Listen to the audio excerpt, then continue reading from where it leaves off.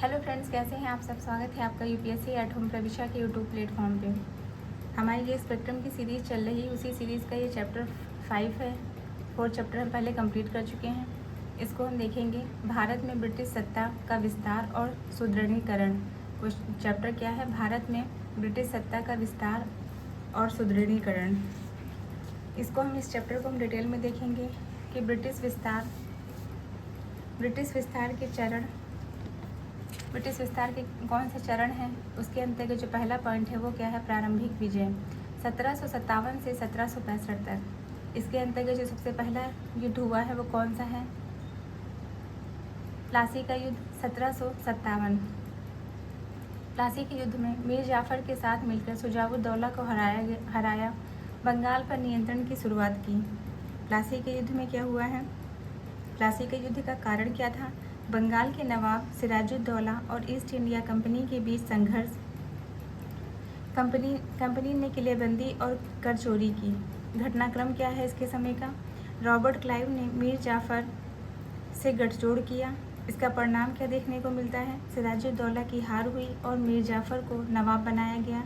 बंगाल पर ब्रिटिश आर्थिक नियंत्रण की शुरुआत की गई। दूसरा हम देखेंगे बक्सर का युद्ध 1764। मीर कासिम सुजाउद्दौला और शाह आलम द्वितीय को हराकर इलाहाबाद की संधि की 1765 के माध्यम से बंगाल, बिहार, उड़ीसा की दीवानी प्राप्त की। बक्सर के युद्ध का कारण क्या था? मीर कासिम, जो कि बंगाल का नवाब था, ने ब्रिटिश एकाधिकार के खिलाफ विद्रोह किया था। संयुक्त सेना में कौन कौन शामिल थे? मीर कासिम, सुजाउद्दौला जो कि अवध के नवाब थे, और शाह आलम द्वितीय जो कि मुगल थे। इसका परिणाम क्या देखने को मिला? ब्रिटिश विजय हुई और इलाहाबाद की संधि 1765 के तहत बंगाल, बिहार और उड़ीसा की दीवानी मिली। तो ये हमने प्लासी का युद्ध और बक्सर के युद्ध को देखा। नेक्स्ट पॉइंट हम देखेंगे क्षेत्रीय राज्यों का अधिग्रहण। इसके अंतर्गत जो पहला पॉइंट है वो क्या है? सहायक संधि। सहायक संधि मतलब सब्सिडरी अलायंस। लॉर्ड वेलीजली द्वारा शुरू किया गया है। इसकी शुरुआत किसके द्वारा की गई? सहायक संधि के लॉर्ड वेलीजली के द्वारा शुरू किया गया। ये फैक्ट आपके प्री के पॉइंट ऑफ व्यू से काफ़ी इंपॉर्टेंट है। 1798 से 1805 द्वारा शुरू की गई। शर्तें इसके अंतर्गत क्या थी? ब्रिटिश सेना की तैनाती, ब्रिटिश नीति पर ब्रिटिश नियंत्रण।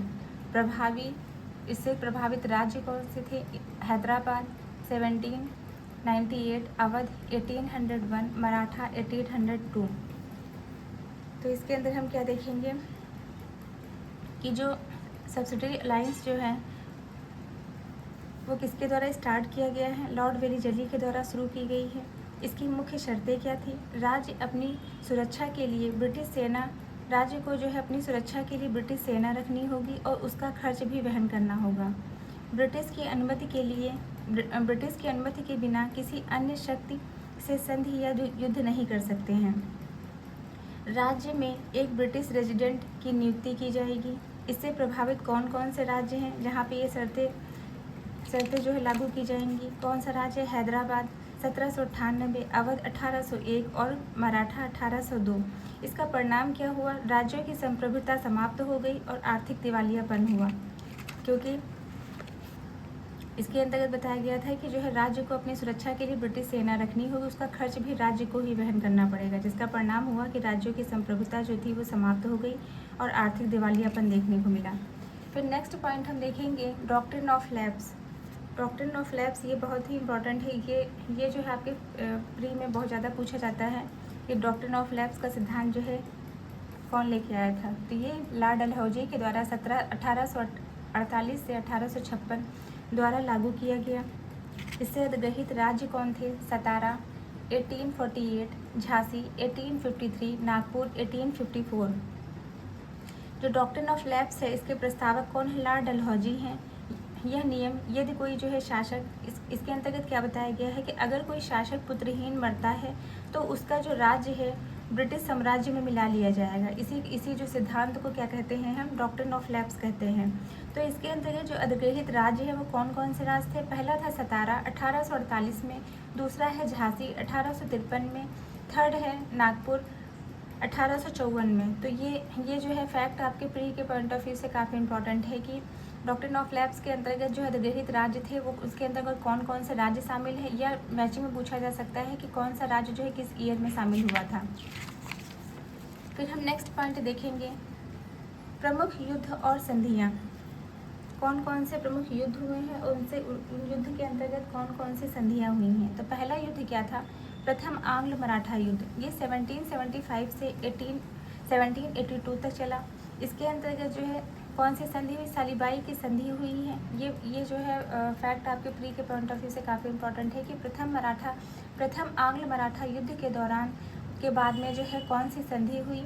तो सालीबाई की संधि हुई 1782 में। और इसके अंतर्गत जो है क्या हुआ? सालसेट द्वीप ब्रिटिश को मिला। तो ये भी पूछा जा सकता है कि किस संधि के तहत जो है जो सालसेट जो द्वीप था वो ब्रिटिश को मिला। ये आपके प्री के पॉइंट ऑफ व्यू से काफ़ी इंपॉर्टेंट है। नेक्स्ट हम देखेंगे, नेक्स्ट कौन सा युद्ध था?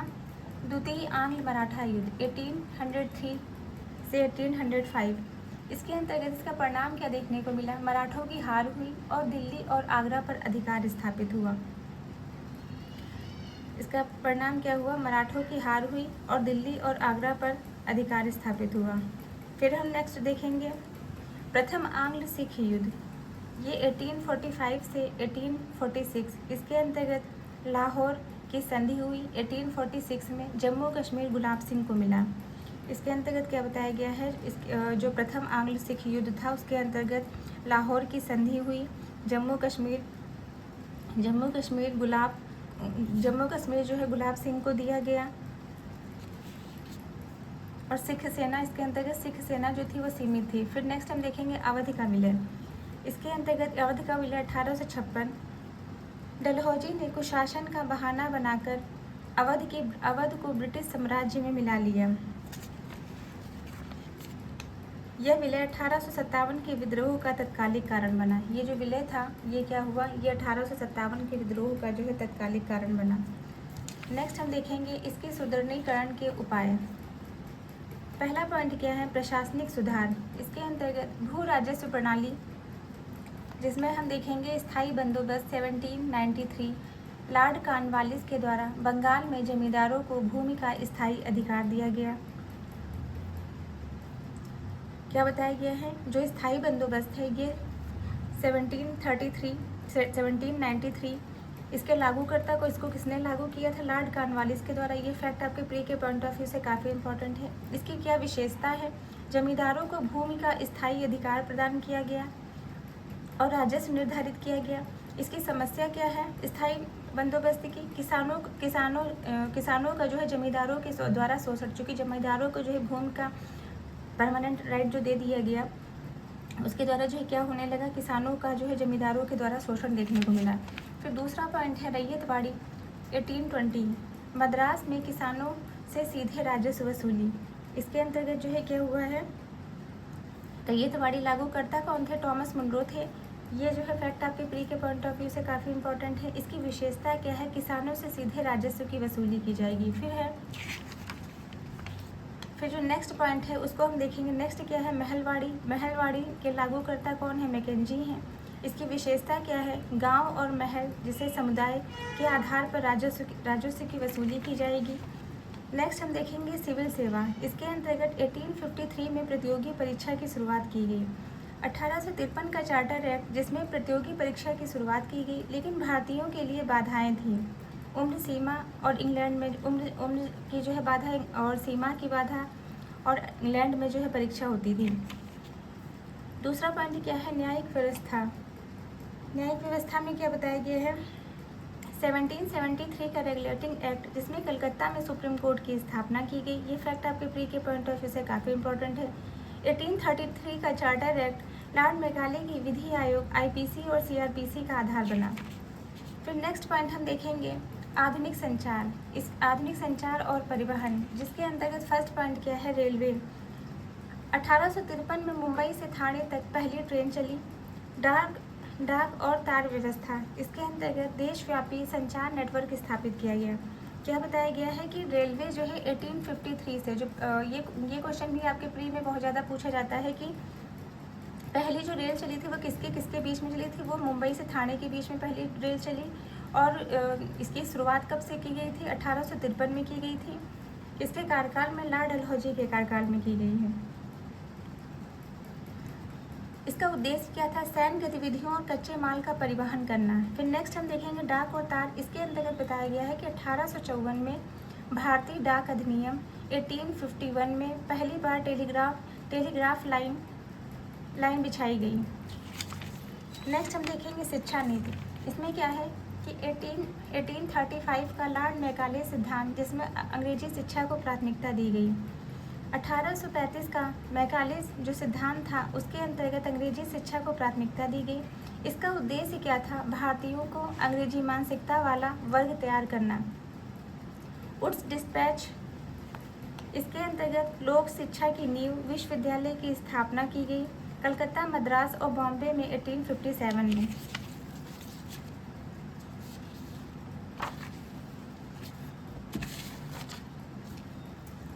फिर नेक्स्ट हम देखेंगे, नेक्स्ट क्या है? ब्रिटिश सत्ता के प्रभाव। इसके अंतर्गत जो पहला पॉइंट है आर्थिक शोषण। कच्चे माल, इसमें कपास और नील का निर्यात और तैयार माल का आयात किया जाता था। इसमें क्या किया जाता था? इसके अंतर्गत बताया गया है कि आर्थिक शोषण के अंतर्गत भूमि राजस्व का शोषण, किसानों पर अत्यधिक कर, 1770 का बंगाल अकाल जिसमें 1 करोड़ लोग मारे गए, विनिर्माण उद्योग का पतन। इसके अंतर्गत मैनचेस्टर का कपड़ा, भारतीय हथकरघा उद्योग को नष्ट किया गया। The drain of wealth, Bharat का धन इंग्लैंड भेजा जाता था। इन्होंने जो है दादा भाई नौरोजी ने जो ये सिद्धांत दिया था। तो इसके अंतर्गत क्या बताया गया है कि भारत के द्वारा जो कच्चा जो माल था वहाँ यहाँ से ले जाके वहाँ इंग्लैंड में ले जाया जाता था। उसके बाद में वहाँ से तैयार माल को हमारे यहाँ भारत में ही लाके उसको बेचा जाता था। तो ये जो है धन, इसको क्या कहते हैं? इसको जो है कहा जाता है कि धन का जो है आर्थिक दोहन। ये सिद्धांत किसने दिया था? ये सिद्धांत दिया था दादा भाई नौरोजी ने। नेक्स्ट पॉइंट हम देखेंगे सामाजिक सांस्कृतिक परिवर्तन। इसके अंतर्गत बताया गया है सती प्रथा उन्मूलन 1829 राजा राम मोहन राय के प्रयासों से हुआ। राजा राम मोहन राय के प्रयासों से लॉर्ड बेंटिक के द्वारा हुआ। दूसरा क्या है? विधवा पुनर्विवाह अधिनियम 1856 ईश्वर चंद्र विद्यासागर के द्वारा जो है पारित किया गया।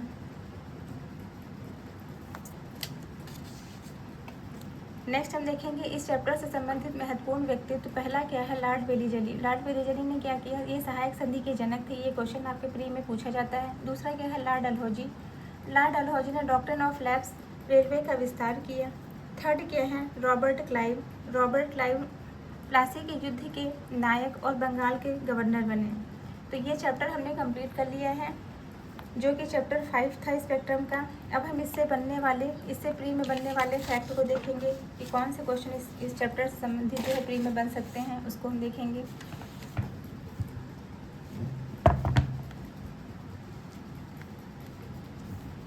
जो फर्स्ट क्वेश्चन इससे बन सकता है, फर्स्ट क्वेश्चन क्या बन सकता है? सहायक संधि की शुरुआत किस गवर्नर ने की?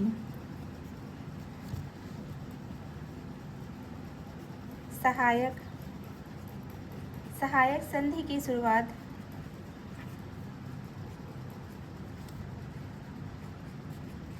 किस गवर्नर ने की? किस गवर्नर जनरल ने की? किसने की थी? लॉर्ड वेलीजली। ये क्वेश्चन आपके प्री के पॉइंट ऑफ व्यू से काफ़ी इम्पोर्टेंट है। लॉर्ड वेलीजली। नेक्स्ट क्वेश्चन हम देखेंगे doctrine of lapse. Doctrine of lapse व्यक्तिगत, इसे क्या बोलते हैं? इसे हिंदी में बोलते हैं व्यक्तिगत की नीति के सिद्धांत के अंतर्गत अधिग्रहित नहीं किया। कौन सा मतलब राज्य, जो हमने अभी आपको चैप्टर में बताया था कि कौन सा राज्य इसके अंतर्गत नहीं आता है? अंतर्गत अधिग्रहित नहीं किया। तो कौन सा राज्य इसके अंतर्गत आता है? सतारा आता है। सतारा। 1848 झांसी। झांसी 1853 नागपुर 1854। नेक्स्ट क्वेश्चन हम देखेंगे, निम्नलिखित में से कौन सा युद्ध ब्रिटिश और फ्रांसीसियों के बीच में लड़ा गया? कौन सा युद्ध निम्नलिखित में से कौन सा युद्ध ब्रिटिश और फ्रांसीसी के बीच लड़ा गया? कौन सा युद्ध है? वाडीवास का युद्ध। वाडीवास का युद्ध। नेक्स्ट क्वेश्चन हम देखेंगे जो इस चैप्टर से बन सकता है, इलाहाबाद की संधि किस युद्ध के बाद हुई? इलाहाबाद की संधि ये सारे क्वेश्चन हमने इस चैप्टर में देखे हैं। 1765 डायरेक्ट इसका ईयर भी पूछा जा सकता है। किस युद्ध के बाद हुई? कौन सा युद्ध हुआ? बक्सर का युद्ध। बक्सर का युद्ध कब हुआ था? 1764 में। नेक्स्ट क्वेश्चन हम देखेंगे, ब्रिटिश साम्राज्य के विस्तार में किस नीति ने विभाजन और शासन को बढ़ावा दिया? ब्रिटिश साम्राज्य के विस्तार में किस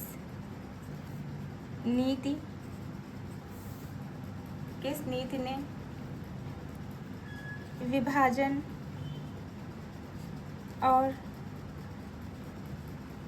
शासन को बढ़ावा दिया? कौन सी थी? सहायक संधि। ये हमारे प्री में इस चैप्टर से बनने वाले क्वेश्चन हो गए। अब हम मेंस में देखेंगे कि मेंस में इस चैप्टर से क्या क्वेश्चन बन सकता है। पहला क्वेश्चन बन सकता है कि ब्रिटिश साम्राज्य के विस्तार में सहायक संधि और डॉक्ट्रिन ऑफ लैप्स मतलब व्यक्तिगत की नीति की भूमिका का विश्लेषण कीजिए। क्वेश्चन क्या बन सकता है? ब्रिटिश, जब आप इस चैप्टर को अच्छे से समझे रहेंगे तो मेंस का भी जो क्वेश्चन कोई भी बनेगा आप आराम से कर सकते हैं। विस्तार में सहायक संधि और डॉक्ट्रिन ऑफ लैप्स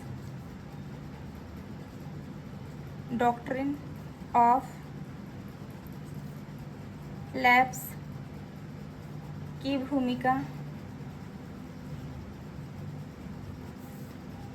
का विश्लेषण कीजिए।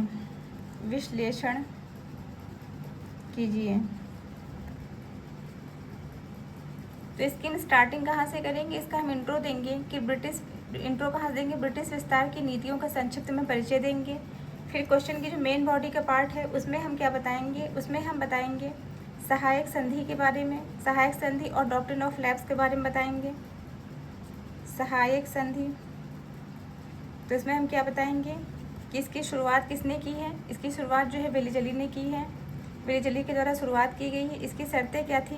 ब्रिटिश सेना और विदेशी नीति पर नियंत्रण।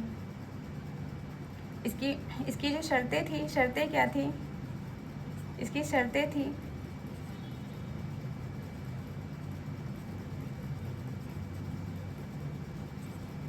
विदेश नीति पर नियंत्रण। इसका उदाहरण हम देख सकते हैं हैदराबाद और अवध। इसका प्रभाव क्या हुआ? राज्यों की जो संप्रभुता थी वह समाप्त हो गई और आर्थिक दबाव देखने को मिला। राज्यों की जो है इसका प्रभाव क्या हुआ? इसको मैं डिटेल में देखा था पूरा चैप्टर में। राज्यों की जो संप्रभुता थी समाप्त हो गई। संप्रभुता समाप्त, आर्थिक दबाव बढ़ा।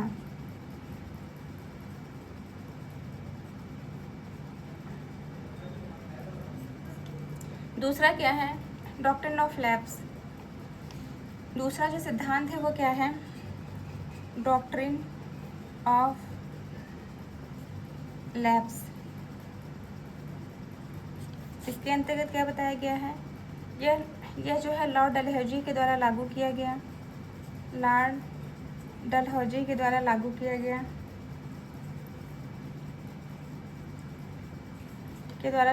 गया और यह क्या है? पुत्रहीन शासक का सिद्धांत है। पुत्रहीन शासक का सिद्धांत से संबंधित है। इससे अधिग्रहित राज्य कौन से हैं? किन राज्यों का अधिग्रहण किया गया? इसके अंतर्गत झांसी, नागपुर और सतारा। 1857 के विद्रोह में योगदान दिया। 1857 के विद्रोह में योगदान दिया। इसका निष्कर्ष क्या देखेंगे कि इन नीतियों ने भारत को ब्रिटिश साम्राज्य का अंग बनाया। नेक्स्ट क्वेश्चन क्या है हमारा कि भारत में ब्रिटिश आर्थिक नीतियों के पारंपरिक अर्थव्यवस्था को किस प्रकार नष्ट किया है। नेक्स्ट क्वेश्चन क्या है? भारत में ब्रिटिश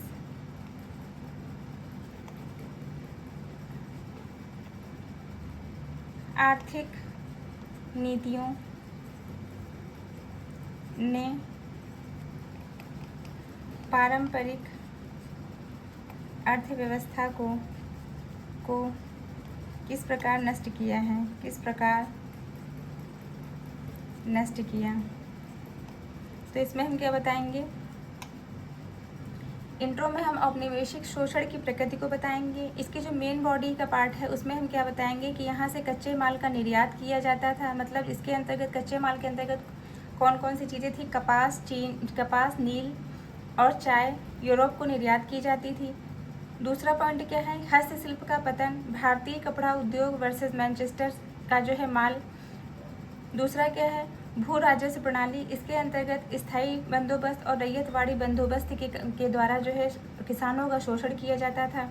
और जो दादा भाई नौरोजी का धन का निकास का जो है सिद्धांत, दादा भाई नौरोजी ने धन का निकास का जो सिद्धांत दिया।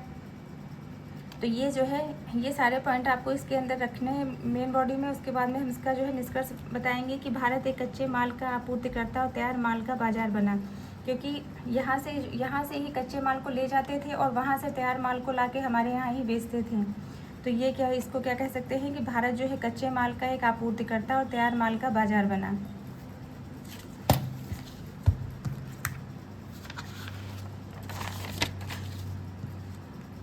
नेक्स्ट क्वेश्चन हम देखेंगे।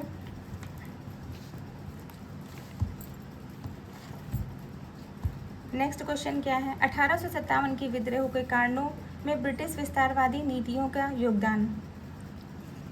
नेक्स्ट क्वेश्चन क्या है? 1857 के विद्रोह के कारणों में ब्रिटिश विस्तारवादी नीतियों का योगदान। नीतियों का क्या योगदान था? क्या योगदान था? विवेचना कीजिए। था, विवेचना कीजिए।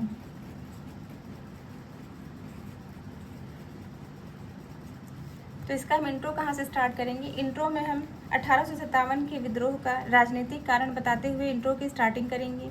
फिर क्वेश्चन का जो मेन बॉडी का पार्ट है उसमें हम क्या लेके आएंगे? उसमें हम डॉक्ट्रिन ऑफ लैप्स के बारे में बताएंगे और सहायक संधि के बारे में बताएंगे। डॉक्ट्रिन ऑफ लैप्स के अंतर्गत क्या हुआ? झांसी, नागपुर जैसे राज्यों का, झांसी, नागपुर, सतारा जैसे राज्यों का अधिग्रहण किया गया। फिर हम सहायक संधि की बात करेंगे।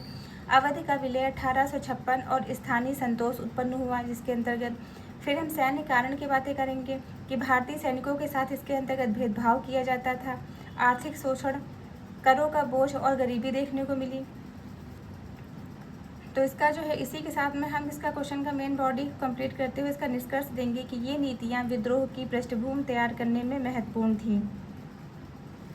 तो ये हमारा जो है थर्ड क्वेश्चन हो गया मेन से संबंधित। अब हम फोर्थ क्वेश्चन देखेंगे कि ब्रिटिश शिक्षा नीति के दीर्घकालीन प्रभावों का आलोचनात्मक मूल्यांकन कीजिए।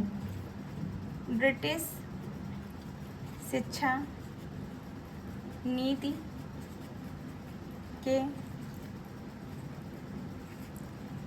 दीर्घकालिक प्रभावों का आलोचनात्मक मूल्यांकन कीजिए।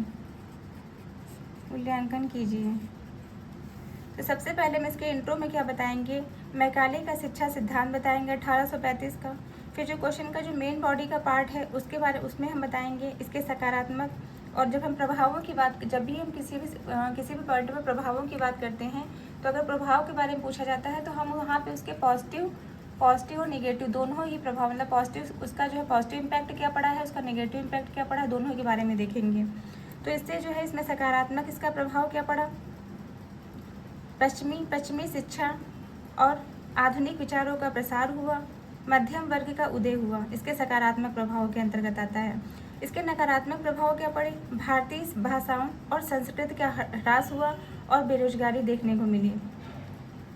फिर हम नेक्स्ट पॉइंट डालेंगे राष्ट्रवाद। अंग्रेजी शिक्षित वर्ग ने स्वतंत्रता संग्राम को नेतृत्व दिया। ये हमारा क्वेश्चन की मेन बॉडी का पार्ट हो गया। अब हम इसका जो कंक्लूजन देंगे उसमें हम क्या लिखेंगे, शिक्षा नीति एक दो धारी तलवार साबित हुई है इसके अंतर्गत। इसको थोड़ा सा डिटेल में करके जो है निष्कर्ष लिख के हम आंसर को कंप्लीट करेंगे। तो ये हमारा पूरा चैप्टर कंप्लीट होता है, जिससे रिलेटेड हमने प्री की और मेंस में बनने वाले क्वेश्चन को देखा है। आप लोगों को हमारी ये मेंस की जो सीरीज़ चल रही है कैसी लग रही है हमारे कमेंट सेक्शन में ज़रूर बताइए। तो ऐसे ही पढ़ते रहिए, लाइफ में आगे बढ़ते रहिए, यूपीएससी एट होम प्रविशा के साथ में मेंस आंसर राइटिंग करते रहिए। Thank you.